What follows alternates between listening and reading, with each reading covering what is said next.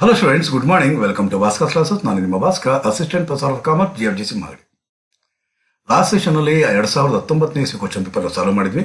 ಈ ಸೆಷನಲ್ಲಿ 2018ನೇ ಇಸ್ವಿ question paper ಅಂದರೆ ಯಾವ ರೀತಿ ಇದೆ ಮತ್ತು ಈ ಒಂದು conversion of single entry into double ಎಂಟ್ರಿನಲ್ಲಿ ಯಾವ ರೀತಿ ಕೊಟ್ಟಿದ್ದಾನೆ ಸೆಕ್ಷನ್ ಬಿ ಅಥವಾ ಸೆಕ್ಷನ್ ಸಿ ನಲ್ಲಿ ಎ ಬಿ ಅಂತ ಕೊಟ್ಟಿರ್ತಾನೆ ಸ್ಟೂಡೆಂಟ್ಸ್. ಸೊ ಎ ಬಿ ಅನ್ನೋದರಲ್ಲಿ ಯಾವ ರೀತಿ ಇದೆ ಈ ಡೇಟಾರ್ಸ್ ಕ್ರೆಡಿಟಾರ್ಸ್ BR BP ಅನ್ನೋದ್ರ ಬಗ್ಗೆ ನೋಡೋಣ ಸ್ಟೂಡೆಂಟ್ಸ್. ನೋಡ್ರಿ, ಇಲ್ಲಿ 11ನೇ ಪ್ರಶ್ನೆ ಇರುವಂತಹದ್ದು. ಎಷ್ಟನೇದು? 11ನೇ ಪ್ರಶ್ನೆ ಇರುವಂತಹದ್ದು. ಇದರಲ್ಲಿ ಎಗೆ ಸಪರೇಟ್ ಬೇರೆ ಪ್ರಶ್ನೆ ಕೊಟ್ಟಿದ್ದಾನೆ. ಬಿ ಅಂದ್ರೆ 7 ಮಾರ್ಕ್ಸ್ಗೆ ಅಸರ್ಟೈನ್ ಕ್ರೆಡಿಟ್ ಸೇಲ್ಸ್ ಅಂತ ಹೇಳ್ತಿದ್ದಾನೆ. ಕ್ರೆಡಿಟ್ ಸೇಲ್ಸ್ನ ಕ್ಯಾಲ್ಕುಲೇಟ್ ಮಾಡಬೇಕು ಅಂದ್ರೆ ಏನು ಪ್ರಿಪೇರ್ ಮಾಡಬೇಕಾಗಿರುತ್ತೆ ಸ್ಟೂಡೆಂಟ್ಸ್? ಡೆಟಾರ್ಸ್ ಅಕೌಂಟ್ನ ಪ್ರಿಪೇರ್ ಮಾಡಬೇಕಾಗಿರುತ್ತೆ. ಹಾಗಾದ್ರೆ ಯಾವ ರೀತಿ ಪ್ರಿಪೇರ್ ಮಾಡಬೇಕು ಅಂದ್ಬಿಟ್ಟಿದೆ ಈಗ ಸಪ್ರೇಟಾಗಿ ನೋಡೋಣ ಸ್ಟೂಡೆಂಟ್ಸ್. ಈ ವಿಡಿಯೋ ನಿಮಗೆ ಇಷ್ಟ ಆಯಿತು ಅಂದರೆ ಲೈಕ್ ಮಾಡಿ, ಕಾಮೆಂಟ್ ಮಾಡಿ ಮತ್ತು ನಿಮ್ಮ ಸ್ನೇಹಿತರು ಕೂಡ ಶೇರ್ ಮಾಡಿ ಸ್ಟೂಡೆಂಟ್ಸ್. ಇನ್ನೂ ನನ್ನ ಚಾನಲ್ಗೆ ಸಬ್ಸ್ಕ್ರೈಬ್ ಆಗಿಲ್ಲ ಅಂದರೆ ಕೆಳಗಡೆ ಕೊಟ್ಟಿರುವಂಥ ಸಬ್ಸ್ಕ್ರೈಬ್ ಬಟನ್ ಮೇಲೆ ಟಚ್ ಮಾಡಿ ಪಕ್ಕದಲ್ಲೇ ಇರುವಂಥ ಬೆಲ್ ಐಕಾನ್ ಮೇಲೆ ಆಲ್ ಅಂತ ಕೊಡಿ ಸ್ಟೂಡೆಂಟ್ಸ್. ಕಾರಣ ಏನಕ್ಕೆ ಅಂತಂದರೆ ನಾನು ಯಾವಾಗಲೇ ವಿಡಿಯೋ ಅಪ್ಲೋಡ್ ಮಾಡಿದ್ರು ಕೂಡ ನಿಮಗೆ ಒಂದು ಪುಟ್ಟ ನೋಟಿಫಿಕೇಶನ್ ಬಂದು ತಲುಪುತ್ತೆ ಮತ್ತು ಹೇಳುತ್ತೆ ಏನಂತ, ಭಾಸ್ಕರ್ ಸರ್ ಯಾವುದೋ ಒಂದು ವಿಡಿಯೋನ ಅಪ್ಲೋಡ್ ಮಾಡಿದ್ದಾರೆ ಅಂದ್ಬಿಟ್ಟಿದೆ. ಆದ್ದರಿಂದ ನಿಮ್ಗಾಗ ಅನುಕೂಲ ಏನೋ, ನೀವು ಯಾವುದೇ ಕಾರಣಕ್ಕಾಗಿ ಯಾವುದೇ ಸೆಷನ್ ಅಥವಾ ಯಾವುದೇ ಯೂನಿಟ್ನ ಅಥವಾ ಯಾವುದೇ ಒಂದು ವಿಡಿಯೋನ ಮಿಸ್ ಮಾಡ್ಕೊಳ್ಳಿಕ್ಕೆ ಅವಕಾಶ ಇರಲ್ಲ ಸ್ಟೂಡೆಂಟ್ಸ್. ಹಾಗಾದರೆ ಬನ್ನಿ ಸ್ಟೂಡೆಂಟ್ಸ್, ಈ ಪ್ರಾಬ್ಲಮ್ನ ಯಾವ ರೀತಿ ಸಾಲ್ವ್ ಮಾಡೋದು ಅಂತ ನೋಡೋಣ. ಬನ್ನಿ ಸ್ಟೂಡೆಂಟ್ಸ್.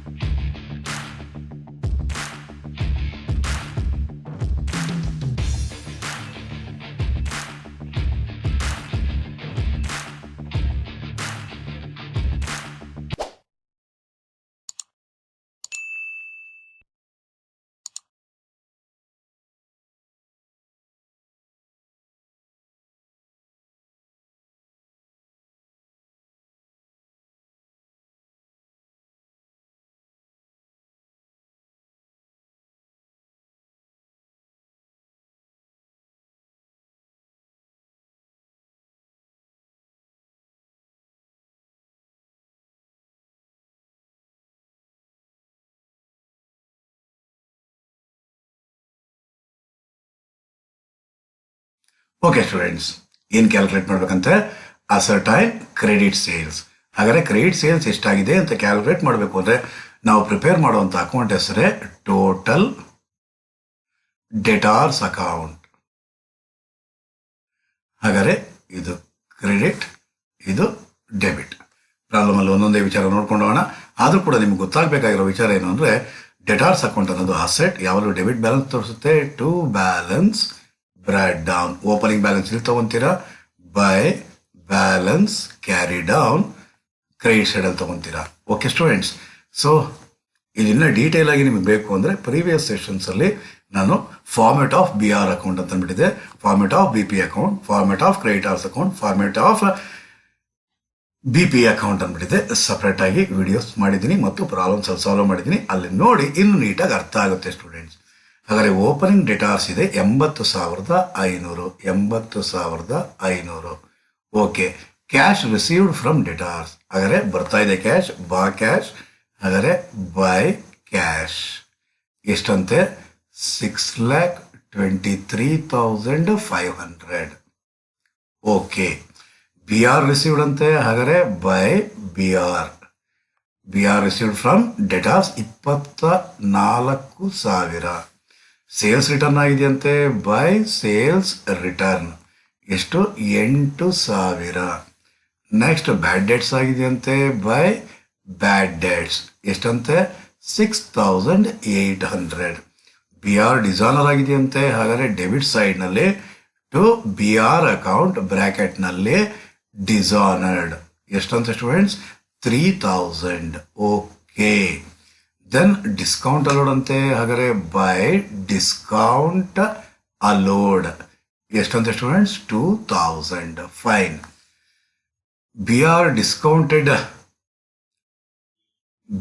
ಡಿಸ್ಕೌಂಟೆಡ್ ವಿತ್ ಬ್ಯಾಂಕ್ ಅಂತ ಹೇಳ್ತಾ ಇದ್ದೇನೆ. ಇದು ಬರೋದಿಲ್ಲ. ಎಲ್ಲಿ ಬರೋದಿಲ್ಲ? ಪ್ರಾಬ್ಲಮ್ನಲ್ಲಿ ಇದು ಬರೋದಿಲ್ಲ. ಪ್ರಾಬ್ಲಮಲ್ಲಿ ಬರೋದಿಲ್ಲ ಅಂದ್ರೆ ಅರ್ಥ ಏನೋ, ಇದು ಬರೋದು ಬಿ ಆರ್ ಅಕೌಂಟ್ನಲ್ಲಿ ಬರುತ್ತೆ students. B R discounted credit ಸೈಡ್ನಲ್ಲಿ, ಬಿ ಆರ್ ಅಕೌಂಟ್ ಕ್ರೆಡಿಟ್ ಸೈಡ್ನಲ್ಲಿ ಬರುತ್ತೆ, ಇಲ್ಲಿ ಬರೋದಿಲ್ಲ ಇದು. ಸೊ ಈ ಐಟಮ್ನ ನೆಗ್ಲೆಕ್ಟ್ ಮಾಡೋಣ ಸ್ಟೂಡೆಂಟ್ಸ್. ಈ ಪ್ರಾಬ್ಲಮಲ್ಲಿ 2 ಮಿಸ್ಸಿಂಗ್ ಆಗಿದೆ. ಒಂದು ಕ್ಲೋಸಿಂಗ್ ಬ್ಯಾಲೆನ್ಸ್ ಆಫ್ ಡೆಟಾರ್ಸ್, ಇನ್ನೊಂದು ಕ್ರೆಡಿಟ್ ಸೇಲ್ಸ್. ಹಾಗಾದರೆ ಪ್ರಾಬ್ಲಮ್ಗೆ ಮತ್ತೆ ಹೋಗಿ ಅಲ್ಲಿ ನೋಡ್ಕೊಂಡು ಬಂದ್ಬಿಡೋಣ ಸ್ಟೂಡೆಂಟ್ಸ್. ನಾನೇನಾದ್ರು ಮಿಸ್ಟೇಕ್ ಮಾಡಿದ್ದೀನಿ ಕ್ವಶನ್ ಪೇಪರಿಂದ ಎಕ್ಸ್ಟ್ರಾಕ್ಟ್ ಮಾಡೋದಕ್ಕೆ ಅಂದ್ಬಿಟ್ಟಿದೆ. ಸೊ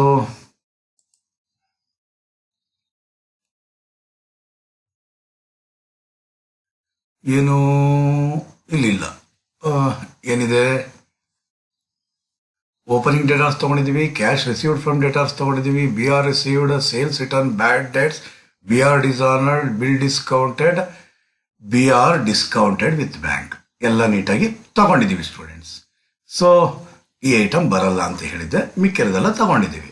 ಹಾಗಾದರೆ ಇಲ್ಲಿ ಓಪನಿಂಗ್ ಬ್ಯಾಲೆನ್ಸ್ ಆಫ್ ಡೇಟಾಸ್ ಕೊಟ್ಟಿದ್ದಾನೆ, ಕ್ಲೋಸಿಂಗ್ ಬ್ಯಾಲೆನ್ಸ್ ಆಫ್ ಡೇಟಾಸ್ ಕೊಟ್ಟಿಲ್ಲ ಅಂದರೆ ನಾವೇನು ನೋವು ತಿನ್ನುವಂಥ ಅಗತ್ಯ ಇಲ್ಲ, ನಿಲ್ ಅಂತ ತಗೊಬೇಕಾಗಿರುತ್ತೆ ಸ್ಟೂಡೆಂಟ್ಸ್.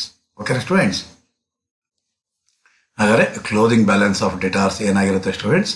ನಿಲ್ ಆಗಿರುತ್ತೆ. ಹಾಗಾದರೆ total 6,23,500 plus 24,000 plus 8,000 plus 6,800 plus 2,000 ಮಾಡಿದ್ರೆ ಬರೋದು 6,64,300.